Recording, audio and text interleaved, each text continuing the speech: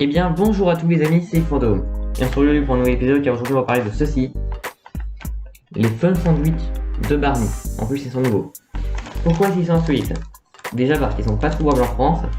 Ils sont nouveaux. C'est fou. Et parce que c'est un goût assez... Barney, c'est l'équivalent de Lulu. De Lulu en France. Là, c'est pas Lulu, c'est Barney. D'ailleurs, la bascule est en 3D, j'avais déjà fait plein de vidéos là-dessus. Et ceux-là, c'est des versions Fun Sandwich en gros. Des versions un peu comme des tranches de cake en France. Et là c'est la version de ce pays. Et c'est assez fou d'ailleurs puisque moi j'ai déjà vu ça, je me suis dit c'est fou, je le connaissais absolument pas. C'est vraiment cool. Et ce produit du coup, pourquoi est insolite parce que c'est une sorte introuvable en France, c'est le nom est insolite, la mascotte aussi, et en plus de ça, il vient de Roumanie. Voilà, donc c'est vraiment insolite. Et du coup ce produit j'ai trouvé à Nose, voilà, c'est un magasin de déstockage, pour ceux qui ne connaissent pas.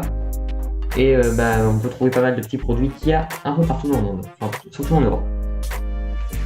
Et du coup, ce produit, je vous propose qu'on discute un peu de l'histoire de Barney, car on n'en a jamais trop intéressé. Je vous ai déjà expliqué un peu le packaging et tout, mais la mascotte, mais jamais l'histoire. Tout commence d'abord en France en 1997, quand lui, du coup, est racheté par Danone, voilà. Et à ce moment-là, lui, ils vont créer les oursons, les petits oursons qui existent en France aussi. Et Danone, ils vont essayer de implanter lui un peu partout, en Pologne, en Russie, et même en Bulgarie, non pas en Bulgarie pour le moment, mais en Tchéquie même, et ça va être cool. Et en Pologne, ça existera sous le nom de Lubizi. En Russie, ça sera Barney, et en Tchéquie, ça sera Brumi. Et dans le reste du monde, en Hongrie, tout ça, ça sera toujours Barney. Mais à l'époque, c'était Barney de lui en fait. C'était K jusqu'à que Mondelez du coup rachète lui. Et donc, Barney devient une marque propre.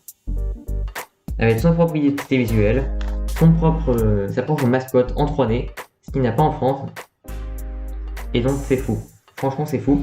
Ils ont même du coup créé ça, qui n'est absolument pas disponible, et chez nous.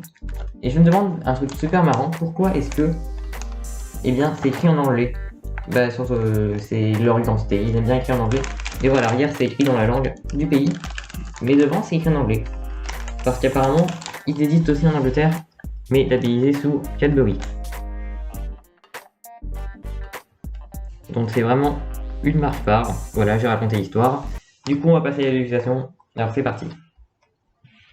Mais avant de commencer la dégustation, les amis, je voulais juste vous dire que j'ai sorti mon nouveau site, eFandom Market. Le site là où vous pouvez trouver tous les produits insolites que j'ai testés sur ma chaîne directement en un seul clic. Vous allez sur le site et vous pouvez acheter directement le produit. Vous trouvez pas mal de trucs. Vous avez juste à cliquer sur le produit en question.